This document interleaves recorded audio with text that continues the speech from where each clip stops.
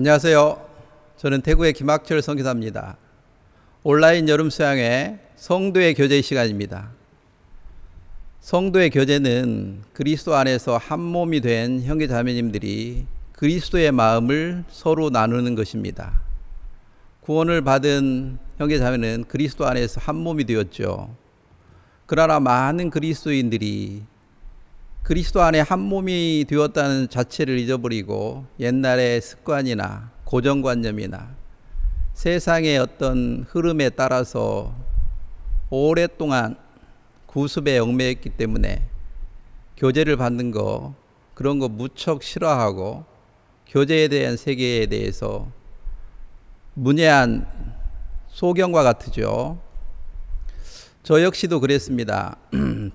제가 예수님을 알게 된 때가 대학교 3학년 때였는데요. 1983년이었습니다.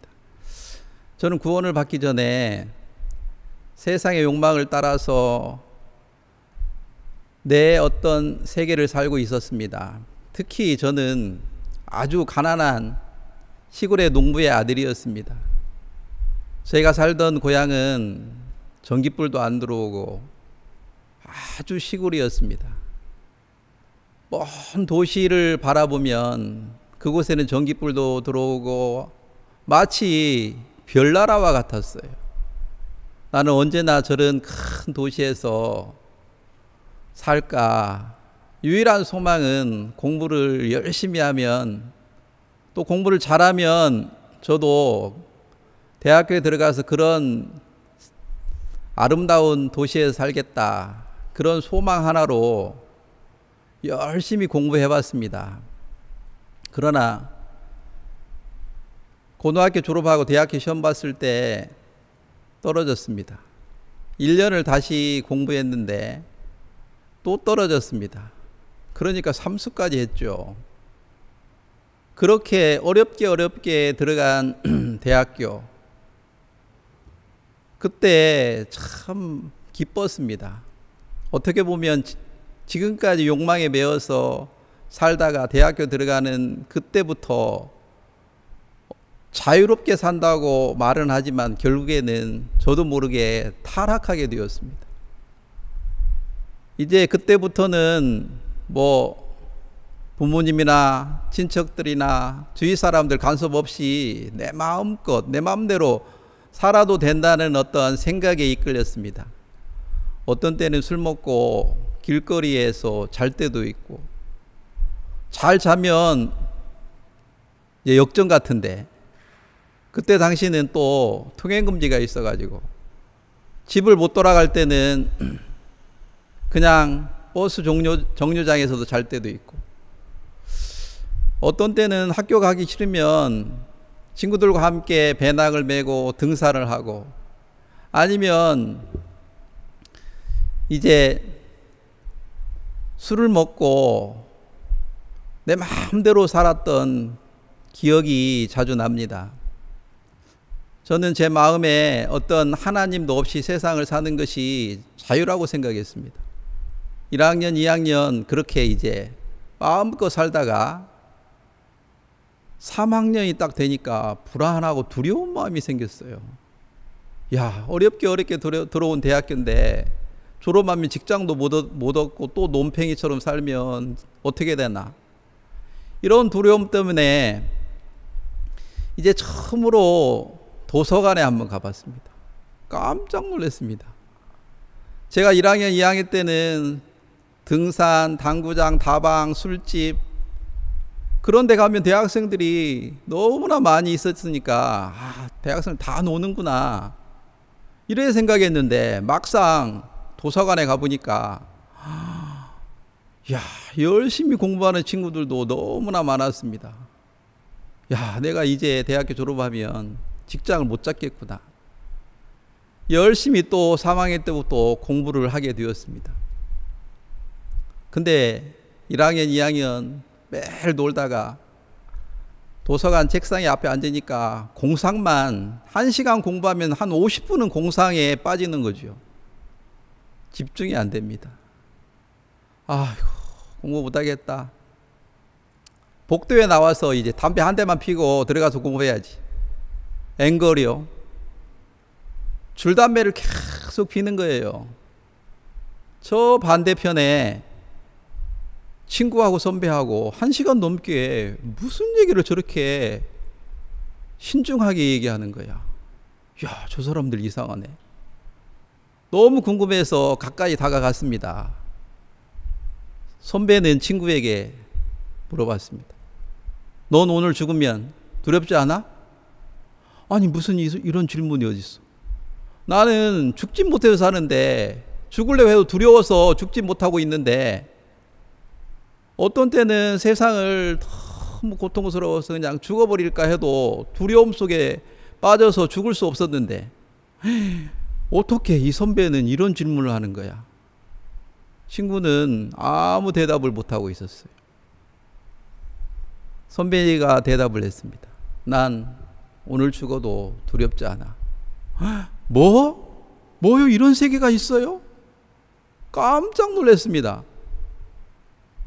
야, 저분이 살아가는 세계와 내가 살아가는 세계가 마치 빛과 어둠과 같았습니다. 저는 처음 그런 세계를 보고 생각할 수 있었습니다. 선배님, 교회 나가십니까? 아, 그래. 나 여기 대학교 앞에 교회 나가. 아, 저도 교회 나가고 싶은데요. 어느 교회죠? 그 선배님은 그렇게 열심히 친구에게 전도했는데 제가 교회 나간다고 하니까 저는 반갑지 않은 거예요. 제 얼굴이 흉측하고 아니 건달처럼 보이니까 에이, 저런 애가 무슨 교회 나오겠나. 아마 선배는 그렇게 생각한 것 같아요. 저는 너무 궁금했습니다. 일요일 날 하숙집에 밥을 먹고 있는데 아침에 차인벨 소리가 들리는 거예요. 그때 당시는 시내에 9시나 9시 반 되면 찬송가 그 차인벨 소리가 울려 퍼집니다. 야, 선배가 그 대학교 앞에 교회를 나간다겠지. 찾아가 볼까? 저도 밥을 빨리 먹고 세수하고 이제 좀 몸을 단장하고 학교 앞에 가서 큰 십자가가 있고 종탑이 있는 교회를 찾았습니다. 선배가 말하는 교회는 이거가 아니잖아. 여기 아닌데? 중앙교회? 그 교회가 아니었는데? 1시간 내내 왔다 갔다 해봤는데 선배가 말한 교회는 없었습니다. 에이, 모르겠다. 나온 김에 시내에 가서 영화를 한 편 보고 가지 뭐.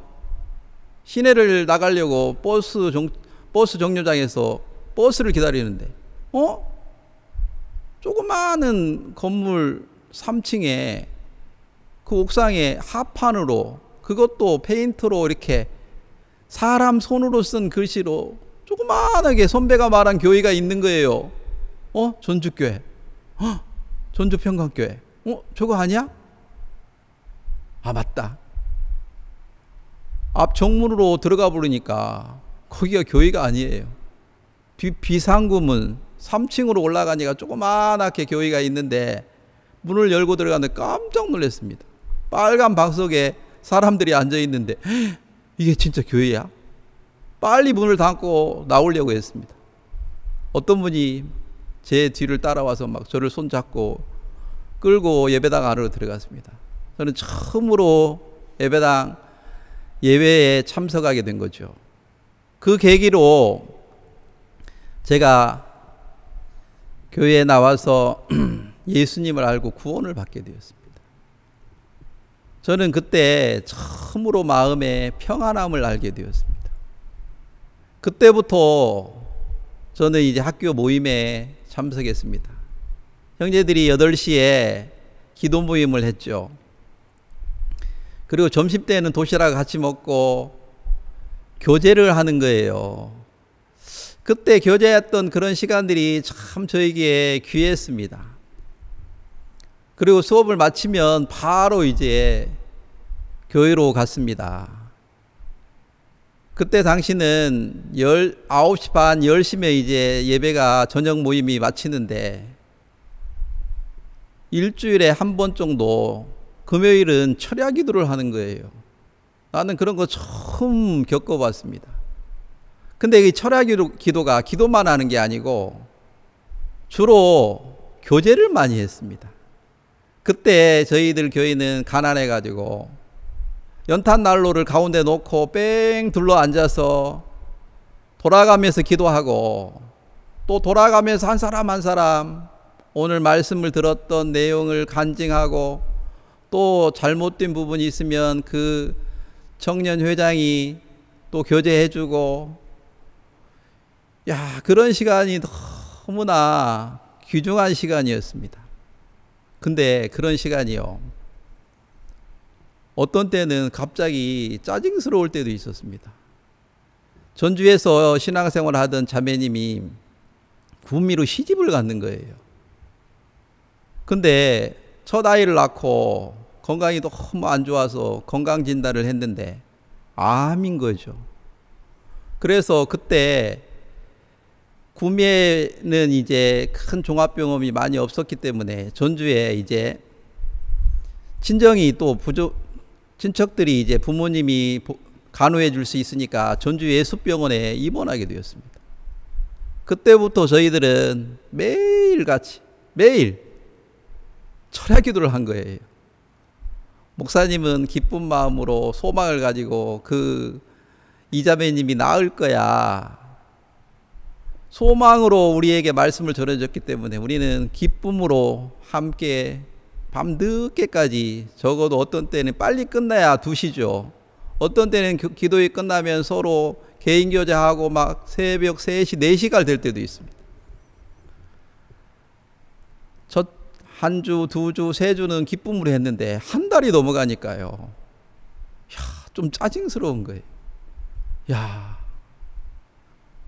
이렇게 하면 언제 학교 가서 공부하나. 어떤 때는 기도 모임 끝나고 늦잠 자가지고 수업을 빼먹을 때도 있고, 어떤 때는 그렇게 이제 기도 모임 끝났지만 저는 이제 당범이 아침에 새벽에 교회에 바나 키는 일을 해요.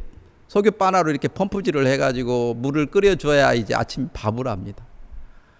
그러니까 매일 이제 철야 기도 할 때는 제대로 잠을 못 자는 거예요. 그러고 이제 밥을 먹으면 청소를 하고 이제 또 학교를 가는데, 어느 날은 예배당 청소를 하고 있었습니다. 작년 형제님이, 형제님 이제 교회 와서 살아요? 아, 예. 야, 복 받았다. 전 그 소리를 들으면서 마음 한편 구석에는, 그런 복이요, 어르신이나 많이 받으십시오. 요새 난 너무 힘들어요. 아이고, 내가 지금 학생인지 청소부인지, 어떤 때는 집회가 있으면 전단지 나눠야 줘야죠. 포스터를 벽에 붙이고 불통을 들고 이제 게시판, 버스 정류장 막 돌아다니다 보면 너무 피곤할 때도 있는 거예요. 야, 내가 지금 뭐야, 이렇게 해가지고 대학교 졸업하면 직장 잡겠나, 이런 어두움이 제 마음을 스며들고 있었습니다. 근데 철야 기도에 이렇게 참석을 하면 그 자매님들은 종종 제 얼굴을 보면, 아, 형님 뭐 왜 이렇게 어두워 있어요? 무슨 마음을 가지고 있는 거예요? 꼬지꼬지 물어서 제 어두움을 다 들춰내게 하고, 그때 자매들 또 형제들 속에 있는 신령한 하나님의 마음을 저에게 전달해 주었습니다. 지금도 그때 자매들이 자주 교제해 주고 간증했던 말 한마디가 생각납니다. 열왕기하 4장 13절이죠. 엘리사가 자기 사환에게 이르되 너는 저에게 이르라. 네가 이같이 우리를 위하여 생각이 주밀하도다. 내가 너를 위하여 어떻게 하랴? 왕에게나 군대 장관에게 무슨 구할 것이 있느뇨? 여인이 가로되 나는 내 백성 중에 거하나이다. 이 말씀이요, 이 간증, 귀가 따갑도록 들었습니다. 나는 내 백성 중에 거하나이다. 종종 자매들이 이런 간증을 하고 교제를 해주면 저는 이런 생각을 했습니다. 나는 아이고 교회 있는 게 짜증스럽고 어떤 때는 막 교재 받기 싫고 간섭 받기 싫어서 귀를 딱 막 막아버리고 듣기 싫은데 자매들은 그렇게 교제하는 시간이 그렇게 즐거운 거예요. 막 저는 12시만 넘으면 꼬박꼬박 졸고 있는데 기도 시간에도 기도 잘 안 돼요. 근데 자매님들은 그렇게 온 마음으로 하나님께 그 암 걸린 자매를 위해서 기도하는 모습, 또 그때 당시 그 자매님들은 대부분이 공장에 다니고 고등학교 졸업하고 어떤 때는 교회 올 때 차비도 없어가지고 걸어오는 자매들도 참 많았어요. 그들이 진짜 하나님에게 구해야 될 것도 많을 텐데, 야, 하나님, 저는 좋은 직장이 없습니다. 하나님, 저 대학교 들어가고 싶습니다. 부자하고 결혼하게 해주십시오. 이렇게 하나님께 구하면 될 텐데 그런 건 안 구해요. 이 수냄 여인처럼, 수냄 여인은 아들이 없으니까, 늙도록 아들이 없으니까, 하나님, 또 엘리사 선생님, 제가 아들이 없습니다. 아들을 낳게 해주십시오. 하나님의 종이니까 당신이 기도하면 들어줄 거예요. 이렇게 부탁을 할 수 있을 텐데, 수냄 여인이 말하는 것처럼 나는 백성 중에 거하나이다. 이걸로 만족합니다. 나는 구원받고 교회 안에 있는 게 너무 감사합니다. 이런 마음이 자매들에게 가득한 거예요. 그와 반면에 저는요, 어떤 때는 교회 있는 게 너무 고통스러운 거예요. 내가 공부해야 되는데 이게 뭐야? 나 삼수해 가지고 대학교 들어왔는데 이제 대학교 졸업해가지고 직장 못 얻으면 논팽이 되면 어떻게 돼? 이런 어떤 인간적인 생각에 끌려가고 있었을 때입니다. 저는 어둠 속에 깊이 빠져 있는 저였는데 그 자매들은 빛 가운데 있었습니다. 마치 제가 도서관에서 선배를 만났을 때 그분은 빛 가운데 있었습니다.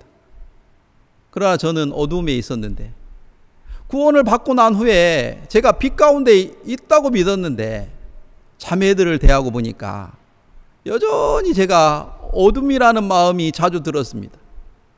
저들은 어떤 마음으로 저렇게 기쁘게 하나님을 섬기는 거야? 너무나 부러웠습니다. 하나님, 저는 왜 이렇게 살고 있습니까? 제 삶을 생각해 보니까 구원을 받기 전에 한 번도 간섭받고 마음을 꺾어본 적이 없죠. 책망을 받는다, 교제를 한다, 이런 거 없이 그냥 들짐승처럼, 특히 막 나귀처럼 정욕에 헐떡거리면서 세상을 살았던 거죠. 그런 나에게 기도일을 한다, 교제를 받는다, 이런 세계는 너무 다른 세계였습니다. 그런 곳에 적응해 나간다는 것은 어떤 면으로 너무 고통스러운 시간들이었죠. 그래서 어떤 때는 내가 이렇게 불평하고 원망하고 어둠 가운데 있을 바에는 모르겠다, 교회를 차라리 아무에게도 말하지 않고 떠나야 되겠다. 더 이상 못 견디겠어. 이런 생각에 제가 이끌려가고 있을 그때 어느 날이었습니다. 제가 이제 구원을 받기 전에 우리 서클이 서예를 하는, 붓글씨를 쓰는 그런 서클의 회원이었습니다. 1학년, 2학년 때는 한문을 썼는데 구원을 받고 나니까 한문보다도 한글을 써야 되겠다. 그러고 이제 제가 붓글씨를 쓸 때였는데, 시간만 있으면 이제 우리 서클 룸에 가서 이제 붓글씨를 썼습니다. 근데 어느 날 이 화선지, 종이죠. 종이가 부족한 거예요. 근데 시내로 이제 이 화선지를 사러 나가려고 셔틀버스를 기다리고 있었습니다. 셔틀버스가 안 와요. 친구가, 야, 너 아까부터 서 있던데 지금까지 안 갔어? 아, 그래. 버스가 안 온다. 에이, 셔틀버스 안 올 때도 있어. 아, 내가 자전거 있는데 자전거 빌려줄까? 아, 그래, 고맙다. 친구가 빌려준 자전거를 타고 큰 8달로에 나갔습니다. 이제 사거리에 빨간불이 켜져 있는데 자가용 오토바이 이제 버스 트럭 다 이제 정차하고 있습니다. 파란불이 들어오자마자 붕 하고 막 이제 자가용 오토바이는 빨리 출발을 합니다. 내 페달은 왜 이렇게 안 돌아가는 거야? 페달이 고장 났는 거예요. 땅을 쳐다보면서 페달을 팍 밟고 나가는데 먼저 갔던 자가용이요. 손님을 내려준다고 앞에 섰고 정차하고 있었는데 제가 그걸 못 보고 뒤에 받았던 거죠. 받으면서 트렁크가 이제 디스가 나고 이제 밤바가 부러졌어요. 깜짝 놀랐습니다. 이빨이 3개가 부러지고 밤바가 이제 부서졌는데 그 자가용은요, 한국에서 그때 당시 제일 좋은 그랜저 자가용이었습니다. 그럼 벤츠와 같았죠. 아니, 밤바 하나하고 그거 좀 뒤에 트렁크 쪽에 고치는데 200만 원 달래요. 그때 제 등록금이요, 우리 학교 등록금이 28만 원이었습니다. 야, 대학교 졸업하고도 남죠. 근데 이빨을 해내려고 하니까 잇몸 치료하고 이빨 해내려고 하니까 300만 원이래요. 지금 300만 원, 200만 원, 그 합치면 500만 원밖에 안 되네. 지금 500만 원은 적은 돈이죠. 근데 그때 당시 500만 원은요, 저에게 엄청난 큰 돈이었습니다. 이제 그 교통사고가 나자마자 저는 방에 처박혀가지고 이불을 들러쓰고 펑펑 울었습니다. 이빨은 아프지요. 머리도 아프지요. 이제 밥도 못 먹지요. 학교도 못 가지요. 생각해 봅니다. 야, 그때 당시는 이렇게 인공치 이런 이빨 색깔이 없었습니다. 금리, 음리를 할 생각을 해봤어요. 그건 할아버지들만 하는데 금리, 은리를 하면 누가 장가 오겠나? 누가 시집 오겠나? 내가 어떻게 장가 가겠나? 그런 저런 생각하니까 막 내가 왜 하나님을 믿고 왜 교회에 들어온 거야? 내가 사고 날 때 하나님이 날 지켜주었다면 내가 사고 안 날 수도 있는데 그때 하나님 졸은 거 아니야? 주무신 거 아니야? 하나님이 진짜 나와 함께 해? 교회가 진짜 싫었어요. 야, 이제 우리 집에다 이런 사실을, 교통사고를 난 걸 얘기하면 우리 가족들은 아무도 그리스도인이 없습니다. 제가 교회 나가는 것 자체도 무척 싫어하죠. 난리가 나는 거죠. 너무 두려웠습니다. 그렇게 한 3일 동안 학교도 못 가고 끙끙 앓다가, 야, 그때 내가 왜 사고가 났나? 그때 땅을 쳐다보고 갔지. 그래, 앞에 보고 갔으면 피할 수도 있었겠지. 이런저런 생각하면서, 야, 내가 매일 저녁에 철야기도 할 때 자매들이 종종 해줬던 말씀, 그게 뭐야? 나는 주의 백성 가운데 거하나이다. 나 구원받은 것만도 감사합니다. 자매들 마음속에, 형제들 마음속에 그 마음으로 가득한데 나는 구원 받았지만 내가 졸업하면 진짜 직장을 얻을까? 내가 앞으로 어떻게 살까? 이런 생각에 저는 이끌려가고 있었던 거죠. 야, 내 마음 이거 진짜 어둠 가운데 머물러 있는데 여기서 어떻게 벗어날까? 이제 일어나서 예배를 참석하고 마음으로 교제를 받아야 되겠다. 이제 수요일 날 저녁 예배 시간이었습니다. 이 사실을 여기 앞에 얘기하고 싶어서 앞에 나가서 간증을 하려고 앞에 섰는데 말이 안 나와요. 이게 왜 그래? 저는 생각하기를 앞니빨은 그냥 사람들 보기 좋으라고 있는 건 줄 알았어요. 근데 앞니 세 개가 부러지니까요. 발음이 새어나와가지고 발음이 만들어지지 않는 거죠. 말을 못하고 몇 마디 웅얼웅얼 하다가 그냥 내려와서 앉아 있는데 너무 비참한 거예요. 부끄러운 거예요. 이제 예배가 끝났습니다. 어떤 부인자매님이 불렀어요. 아니 형제님, 아니 그런 사고가 있으면 빨리 교회에 얘기하고 또 교회에 기도를 부탁하고 너 마음에 어려운 거 있으면 교제도 받고 아니 그렇게 하지 방구석에 그렇게 처박혀 있으면 뭐 누가 도와준대요? 왜 이렇게 마음이 교만한 거예요? 자, 그런 저런 거 다 내려놓고 난 교도 보건소에 다니고 있어요. 우리 보건소 소장님이 치과 의사예요.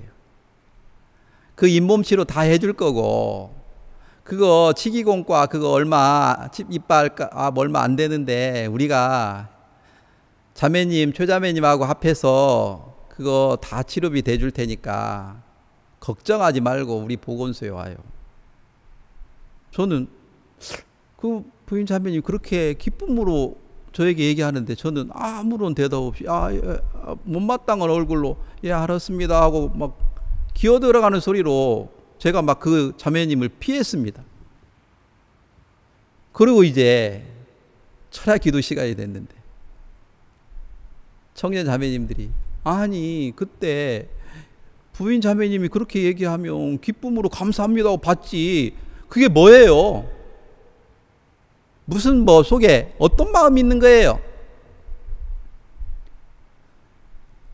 하나하나 꼬집꼬집 무는데 이거 또 얘기하면 또 간섭받고 막 자매들이 막 벌떼처럼 와가지고 교제하고 막 이런 거 나 싫어.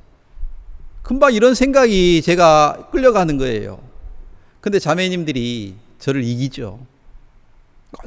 꼬집꼬집 물는데 제가 엉겹길에 막 속에 있는 마음을 화가 나가지고 아니 세상에요. 그 부인 자매님이 그렇게 나한테 이빨을 해준다고 하지만 공짜가 어디 있어요? 나는 여전히 세상의 관념을 가지고 교회 안에 1년 동안 머물러 있었던 거죠. 세상 사람의 관념으로 교회 안에 있으니까 교회 안에 사는 것이 모든 게 불편했던 겁니다. 이제 마치 도둑질을 하다가 들킨 것처럼 얼굴이 빨개지고 막 이 자매님들이 형제님들이 막 교제를 해주는데 한편으로 부끄럽지만 편안했습니다. 아하, 지금까지 내가 이런 어두움 속에 있는 이런 마음을 하나님이 들춰내려고 교통사고도 나게 하고 그 자매님 이자매님 암 걸려서 그렇게 빨리 안 낫고 오래오래 가게 한 것도 나 때문이었구나. 내가 마치 요나였구나. 이런 게 다 들춰나는 거예요. 그때부터 마음의 교제가 되고 하나님의 말씀이 제 마음에 막 홍수처럼 밀려오는 거예요. 이 교제라는 것이 이런 거구나. 처음으로 교제의 기쁨을 하나님이 주셨습니다. 교제가 이런 거구나. 하나님이 주신 어떤 마음은 이렇게 기쁜 마음으로 서로 나누는 건데 나는 이 마음의 세계가 발견이 되기 전에 내가 얼마나 어두운 가운데 머물러 있는지 모르고 내 고집만 부리고 있었습니다.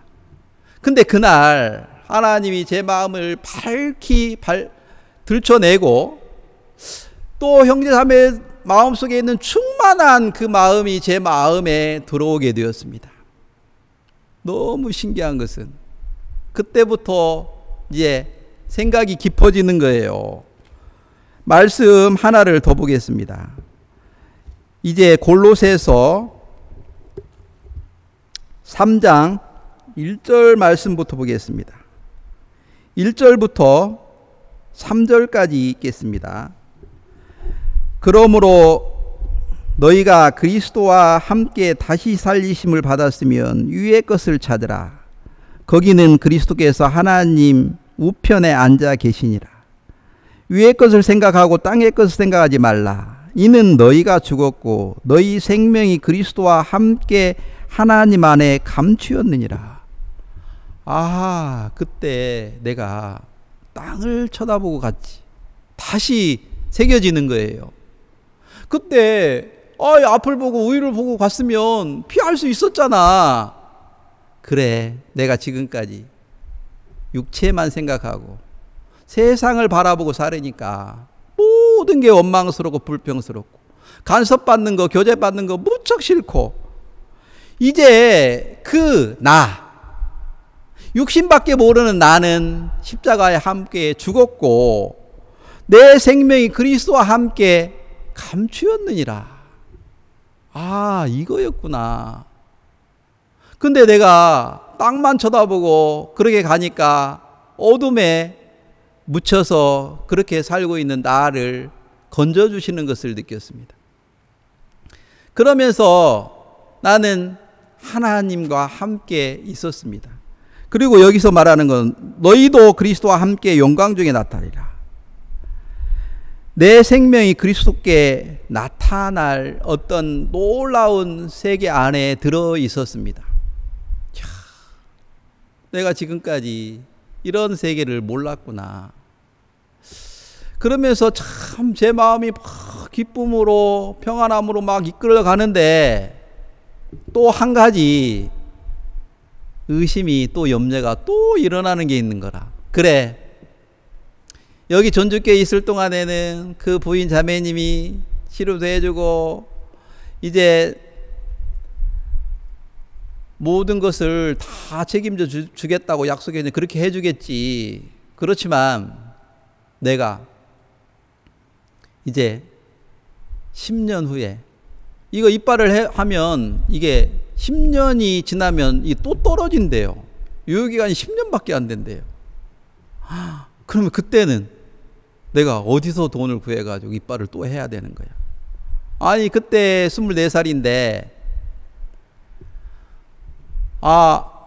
그러면 내가 80살까지 산다면 한 5번을 해야 되는데 1,000만 원은 넘게 들어가는데, 야, 이거 조그마한 사고 같은데, 그 반바 해줘야죠. 이빨 해줘야 되죠. 야, 1,500만 원 이상 들어가는 거 아니야. 제 등록금 28만이라고 그랬죠. 그때 당시 28만 원은 큰 돈이었습니다. 근데 이 치료비, 자동차 고치는 값 엄청난 큰일. 근데 이런 마음을 갖다가도 또 어두움에 빠져가지고 근심 속에 또 끌려갈 때가 있는 거예요. 그러면 이걸 또 이제 내어놓고 교제를 합니다. 그래, 하나님이 지금 이런 일을 이렇게 해결한 하나님이 영원토록 네가 죽을 때까지 치료해 줄 거야. 그때 또 하나님이 주셨던 말씀이 시편 121편이었습니다. 121편 이런 말씀이 있습니다. 1절부터 8절까지 읽겠습니다. 내가 산을 향하여 눈을 들리라. 나의 도움이 어디서 올꼬? 나의 도움이 천지를 지으신 여호와께로다. 여호와께서 너를 실족지 않게 하시며 너를 지키시는 자가 졸지도 아니하시로다. 이스라엘을 지키는 자는 졸지도 아니하고 주무시지도 아니하시로다. 여호와는 너를 지키는 자라. 여호와께서 네 우편에 네 그늘이 되시나니 낮의 해가 너를 상치 아니하며 밤의 달도 너를 해치 아니하리로다. 여호와께서 너를 지켜 모든 환난을 명케 하시고 또 영원을 지키시리라. 여호와께서 너의 출입을 지금부터 영원까지 지키리라. 나는 이런 말씀 앞에 내가 하나님을 무시하고 살았구나. 나는 교통사고 날 때 주무신다고 생각했어요. 하나님이 졸았다고 생각했어요. 근데 이 성경에는 뭐라고 그랬습니다. 주무시지도 않았다. 졸지도 않았다. 하나님은 내 우편에 계셔서 내 그늘이 되었고 이 환난에서 나를 건지실 하나님, 그 하나님이 내 안에 있었는데 나는 이불을 둘러쓰고 펑펑 울었던 거죠. 또 자매님이 은혜로 해준다고 나를 도와준다 해도 뭐 은혜가 어디 있어, 공짜가 어디 있어, 이런 생각으로 내가 끌려가고 있었습니다. 그러나 그때 하나님 너무 놀라웠습니다. 교제가 없었다면, 교회가 없었다면 저는 그런 깊은 어둠 속에 빠져들어가고 있었습니다. 그러나 그때 하나님이 또 말씀하셨습니다. 여기서 말씀하는 것처럼 8절, 여호와께서 너의 출입을 지금부터 영원까지 지키시라. 그래, 전주에서 계신 하나님, 내가 어디에 가도 거기에도 하나님이 계셔. 진짜 그때 그런 큰 사고, 전주에서 은혜로 이런 모든 걸 치료하고 아름답게 마치게 되었습니다. 저는 이제 그 후로 선교학교에 들어가고, 대학교 졸업하자마자 이제 선교학교 들어가고, 이제 10년이 지났을 때는 제가 울산이라는 곳에서 사역을 하고 있었습니다. 저는요, 사실 조용할 때는 조용하지만 설교상에 막 어떤 때는 막 큰 소리 질 때는 막 아주 크게 소리를 지릅니다. 클라이막스에 딱 올라가지고 막 소리 지르고 있는데 앞니 세 개가 뚝 떨어지는 거예요. 저도 깜짝 당황했죠. 형이 자매들도 막 놀래고, 이게 뭐야? 저는 막 빨리 막 그 떨어져 있는 이빨을 다시 주워가지고 이렇게 끼워놓고 혓바닥으로 밀어가면서 다시 이제 설교를 어렵게 이제 끝냈습니다. 그리고 이제 일주일이 지나가지고 마산에 사역자 모임이 있어서 갔는데, 어느 형제님이 저를 자세히 쳐다보면서 이빨이 이상하잖아요. 아, 예. 전 치과 의사입니다. 예. 우리 치과 병원으로 오십시오. 너무 기쁜 거예요. 그분이 기쁨으로 저를 치료를 다 해주고 이빨을 다시 해줬습니다. 야, 전주에 계신 하나님, 울산에 와도 계시네. 너무 기뻤습니다. 그리고 이제 10년이 지났을 때는 제가 이제 태국에 와서 있을 때입니다. 이제 세계대회가 있어서 한국에 갔습니다. 세계대회 다 마치고 이제 태국으로 돌아올 때가 됐는데, 여보, 시간 있을 때 내가 한국에서 이빨 좀 치료를 받고 가면 안 돼? 그래, 받고 가지. 그래. 충치가 있는데. 그래. 그리고 근데 여보, 같이 가면 안 돼? 뭐 충치 그거 뭐 간단하게 치료 받는 건데 혼자 가면 안 돼? 당신하고 같이 가. 나 시간 없어. 그래도 이런데 남편이 같이 가줘야지. 어거지로 이제 제가 끌려갔습니다. 용산에 갔는데 제 아내 치료는 뭐 충치 그 간단하게 치료하죠. 근데 그 용산에 계신 분이, 형제님이, 목사님 거가 더 문제네요. 선교사님, 이거 언제 이거 치료한 거예요? 10년이 됐죠. 또 빠집니다. 이거 내가 해드리겠습니다.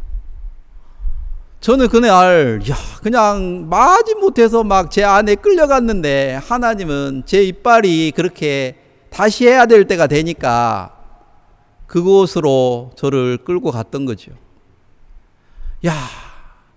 전주에만 계셨던 하나님이 아니고, 울산에만 계셨던 것이 아니고, 제가 바다를 건너서 태국에 왔는데도 태국에서도 하나님이 함께 계셨습니다. 그 말씀 속에 그대로 약속해줬던 것처럼 나의 출입을 영원토록 지킨다. 내가 환난을 당할 때 하나님은 나를 거기서 건지시고, 내가 햇빛이 쬐고 너무 더울 때는 나의 그늘이 되어주신 하나님, 그 하나님이 너무 놀라웠습니다. 만약에 제가요 그때 전주에서 그런 교제나 간섭이나 책망이 없었다면 나는 어떻게 됐을까? 저는 깜짝 놀랐습니다. 내가 어느 날 한번 전주에 가서 이런 얘기를 간증을 해본 적이 있습니다. 그때 그 사장님 차요, 그때 진짜 그분은 부자였어요. 저도 기억납니다 하고 막 형제님이 얘기하면서, 근데 그분이요, 어느 날 자가용을 타고 가다가 온 가족이 정면 충돌을 해가지고 온 가족이 다 잃었대요. 야, 저는 제가 생각해 봤습니다. 만약에 나도 하나님을 믿지 않았으면 그분처럼 그렇게 순식간에 이런 어떤 재앙이 나에게 덮쳐서 죽어야 될 사람이었습니다. 근데 이 교회가 나를 살렸구나. 그때 암 걸린 자매님이 나를 살렸구나. 그때 자매들의 그 마음 너무 아름다웠습니다. 저는 생각해 봤습니다. 저는 마치 마른 뼈와 같았습니다. 에스겔 골짜기에 많은 뼈들이 있을 때 에스겔에게, 자, 인자야, 자, 에스겔서 말씀 한 말씀을 더 보고 말씀을 나누겠습니다. 에스겔서 37장 3절, 그가 내게 이르되 인자야, 이 뼈들이 능히 살겠느냐 하시기로 내가 대답하여 주여 주께서 하시나이다. 5절, 주 여호와께서 이 뼈들이 말씀하시기를 내가 생기를 너희에게 들어가게 하리니 너희가 살리라. 너희 위에 힘줄을 두고 살을 입히고 가죽을 덮고 너희 속에 생기를 두리니 너희가 살리라. 또 나를 여호와인 줄 알리라 하셨다 하라. 아, 나는 그때 당시 마른 뼈에 불과했구나. 근데 그 형제 자매들의 어떤 교제, 그 교제가 나를 죽었던 나를 살렸습니다. 그리고 형제 자매들 속에 있는 놀라운 살아있는 말씀이 생기가 되어서 내게 들어왔고, 그것이 힘줄이 되고, 그것이 살이 되고, 그것이 가죽이 되고, 그것이 생기가 돼서 나를 살렸구나. 아하, 이 교제라는 것은 바로 이런 거였구나. 저는 참 이런 놀라운 세계를 하나님이 그때 제가 막 구원을 받았을 때 1년, 2년 안에 이걸 가르쳐 주었습니다. 지금 생각해 보면 너무 아찔합니다. 만약에 내가 교제를 싫어하고 교회를 뛰쳐나갔다면 나는 버려진 쓰레기에 불과하겠죠. 근데 하나님이 그때 나를 살리셨습니다.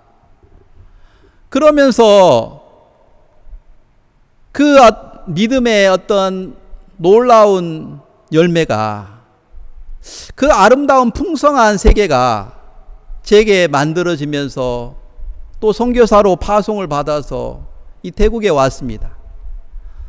저는 태국에 살면서 제가 구원을 막 받았을 때 그 모습처럼 형제 자매들이 교제 받는 것도 싫고 간섭 받는 거 싫고 옛날의 모습 저하고 똑같았습니다.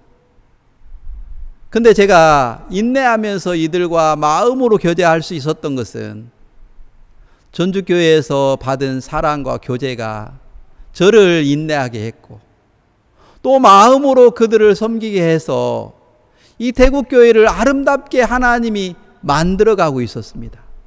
저는 생각해 보았습니다. 야, 그 수냄 여인, 그 얘기를 형제자매들이 참 많이 했지. 그때 수냄 여인은 귀한 여인이라고 그랬어요. 귀하다는 것은 어느 누구도 가질 수 없는 마음을 가졌다는 거죠. 세상 사람들이 가질 수 없는 마음을 그들이 가지고 있었습니다. 그 수냄 여인이 아들이 생겼을 때 어느 날 무릎에서 아들이 죽어갔습니다. 그때 그 모습이 너무 아름다운 거예요.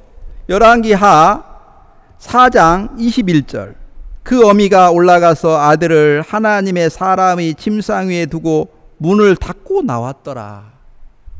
아, 이게 그리스도의 마음이구나.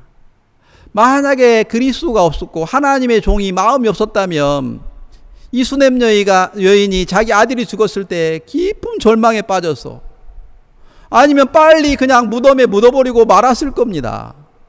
근데 이 여자의 귀한 것은 뭐였습니까? 그 아이를 엘리사 선생님의 침대 위에 올려놓고 문을 닫고 나왔어요. 그건 뭘 말하죠? 야, 자기가 염려하고 책임질 게 없다는 거죠. 죽고 살리는 것은 엘리사 선생님의 손에 달렸어. 이런 귀한 마음을 그들은 가지고 있었습니다. 전주교회 형제자매들이 그런 귀한 마음을 가지고 하나님을 섬겼습니다. 그들에게 염려, 두려움 많이 있었는데 그걸 교회 앞에 하나님 앞에 다 맡겨놓고 그들은 주의 백성 중에 거하나이다 하고 주님을 찬양하고 감사하고 기쁘게 하나님을 섬겼습니다. 그런 놀라운 마음이요 제게 흘러 들어왔던 거죠. 교제가 바로 그런 거였습니다. 하나님의 놀라운 세계가 저같이 부족하고 연약한 지체에 흘러내려왔습니다. 마치 고린도전서 12장에 있는 말씀과 같습니다. 고린도전서 12장 23절부터 25절 말씀 읽겠습니다. 우리가 몸에 덜 귀히 여기는 그것들을 더욱 귀한 것들로 입혀주며 우리 아름답지 못한 지체는 더욱 아름다운 것을 얻고 우리 아름다운 지체는 요구할 것이 없으니 오직 하나님이 몸을 고르게 하여 부족한 지체에게 존귀를 더하사 몸 가운데 분쟁이 없고 오직 여러 지체가 서로 같이하여 돌아보게 하셨으니. 교제라는 바로 이런 거였습니다. 나는 진짜 부족하고 연약하고 더러운 마음을 가지고 살았습니다. 내가 책망받는 거 싫고 간섭받는 거 교제하는 거 싫었던 이런 마음인데 자매들은 이런 저를 향해서 마음을 열어놓고 기도하고 교제해 주었습니다. 그 마음이 저에게 흘러 들어왔습니다. 저는 진짜 가장 연약한 지체였습니다. 근데 가장 귀하고 아름다운 그 지체들의 놀라운 세계가 제 마음에 전달되었습니다. 그러면서 제 마음의 원망, 불평이 다 사라지고 여기서 말하는 거 오직 여러 지체가 서로 같이하여 돌아보게 합니다. 아, 믿음의 세계가 바로 교회 안에서 교제가 이런 거구나. 하나님이 이 놀라운 세계를 저에게 이 교제를 통해서 가르쳐 주었던 거죠. 만약에 제가 전주교회에서 그러한 성도의 귀한 교제가 없었다면 저는 세상에 찌끼처럼 쓰레기처럼 버려져야 될 존재였습니다. 그러나 하나님이 교회 안에 저를 두어서 그런 은혜를 받을 수 있도록 하나님이 제 마음을 이끌어가고 있었습니다. 야, 이게 교제의 신령한 세계였구나. 만약에 제가 그런 어떤 형제 자매들의 교제가 없이 내 생각대로 살았다면 그냥 짐승처럼 살다가 버려질 수밖에 없었습니다. 그러나 하나님이 저에게 이런 말씀을 통해서 또 교제를 통해서 하나님의 세계를 막 저를 이끌어가고 있는 거예요. 지금도 종종 태국에서 살면서 그때 철야기도 할 때 가운데 연탄 난로를 놓고 빽 눌러서 앉아서 교제했던 그 모습 너무나 그립습니다. 이런 아름다운 모습이 이 세계의 모든 형제자매들이 이런 마음으로 함께 교제하고 나가면 아름답고 풍성한 세계를 하나님이 만들어 가고 계십니다. 저는 이번 온라인 여름수양이 성도의 교제를 통해서 하나님이 그런 마음을 일으켜줍니다. 이런 성도의 교제의 아름다운 세계가 이제 전주에서 그 한국교회에서 배웠던 것이 해외에 이제 전달이 되고 해외 여러 나라에 이런 마음들이 전달이 되어서 풍성한 그리스도의 삶에 충만한 세계를 하나님이 만들어가고 계시는구나. 이런 하나님을 제가 이 성도의 교제를 묵상하고 다시 생각해 보면서 제 마음이 너무나 충만해지는 걸 느꼈습니다. 마지막으로 제가 하나를 더 얘기하고 싶습니다. 이 시편 133편이죠. 1절부터 읽겠습니다. 형제가 연합하여 동거함이 어찌 그리 선하고 아름다운고, 머리에 있는 보배로운 기름이 수염 곧 아론의 수염에 흘러서 옷깃까지 내린 같고, 헐몬의 이슬이 시온의 산에서 내린 같도다. 거기서 여호와께서 복을 명하셨다. 곧 영생이로다. 여기 2절의 말씀처럼 머리에 있는 보배로운 기름이 옷깃까지 내린 같고 그랬습니다.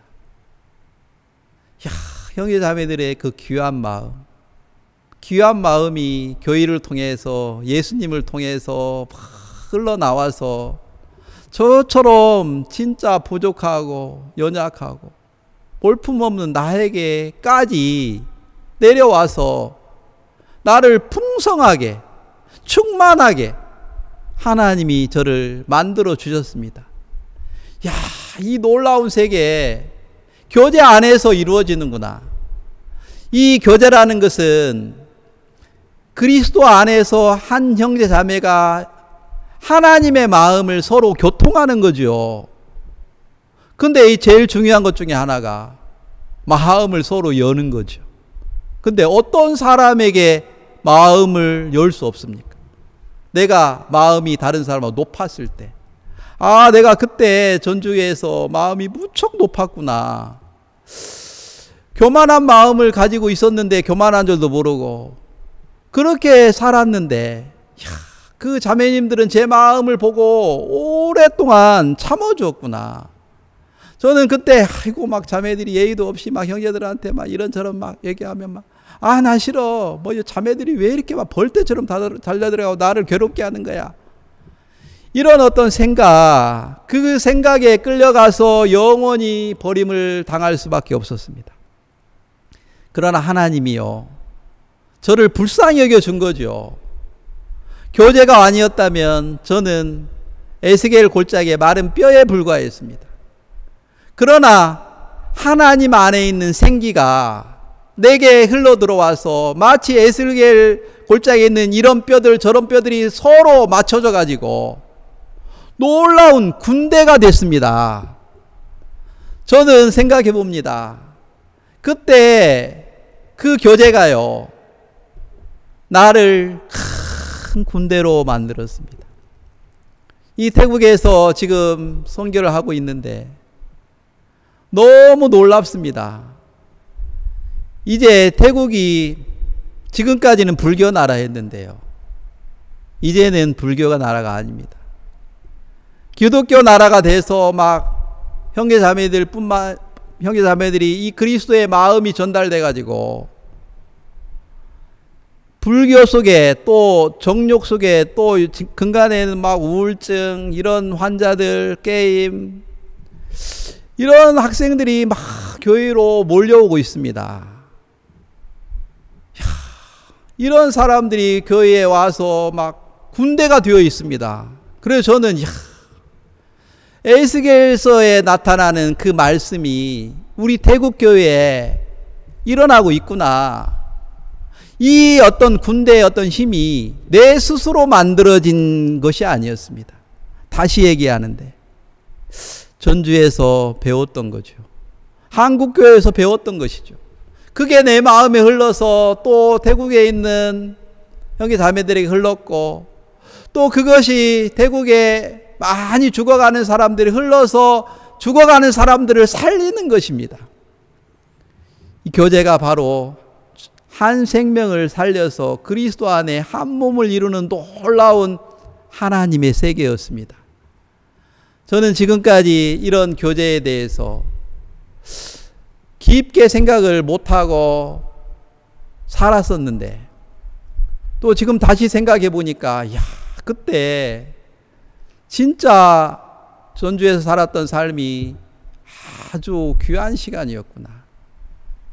나에게 다시 돌아올 수 없는 그 시간, 그때 자매들의 교제, 그것이 나를 살렸습니다. 저는 이번 이렇게 온라인 여름 수양회를 통해서 성도의 교제의 말씀을 함께 나누면서 이런 마음이 모든 형제자매들에 전달돼서 마른 뼈들이 살아나겠구나. 아직 이런 세계 모르는 사람들에게 전달이 되어서 군대가 이루어서 하나님을 찬양하겠구나. 이런 마음이 막 일어나는 것입니다. 이 놀라운 한 시간을 주고 교제의 이런 마음을 나눌 수 있어서 감사합니다. 자, 오늘은 이 성도의 교제는 여기까지 하겠습니다. 우리 함께 기도하고 마치겠습니다. 하나님, 저는 생각해 보았습니다. 짐승처럼 살아왔던 저였는데 교회가 저를 기도해 주었고 어둠 가운데 있을 때 저를 교제해 주었고 저는 가장 연약한 지체였는데 하나님이 저를 귀한 자로 삼아주셨고 특히 선교사로 세워주셔서 많은 사람들에게 복음을 전하고 그리스도의 마음을 전할 수 있다는 것이 너무 감사합니다. 우리가 이런 마음을 나눌 때 또 이 말씀이 세계의 형제자매들 속에 전달되어서 하나님이 에스겔 골짜기에 있는 마른 뼈들이 이제 연결이 돼서 힘줄이 되고 또 놀라운 생기가 돼서 죽어있는 사람을 살려서 군대가 되는 모습을 상상해 보았습니다. 하나님이 우리 교회를, 우리 성교회를 이렇게 만들어가고 계십니다. 그 하나님을 찬양합니다. 우리 속에 있는 하나님은 놀랍게 이렇게 일하고 계십니다. 이런 시간을 주셔서 감사합니다. 하나님을 찬양합니다. 예수님의 이름으로 기도했습니다. 아멘. 예, 감사합니다. 안녕히 계십시오.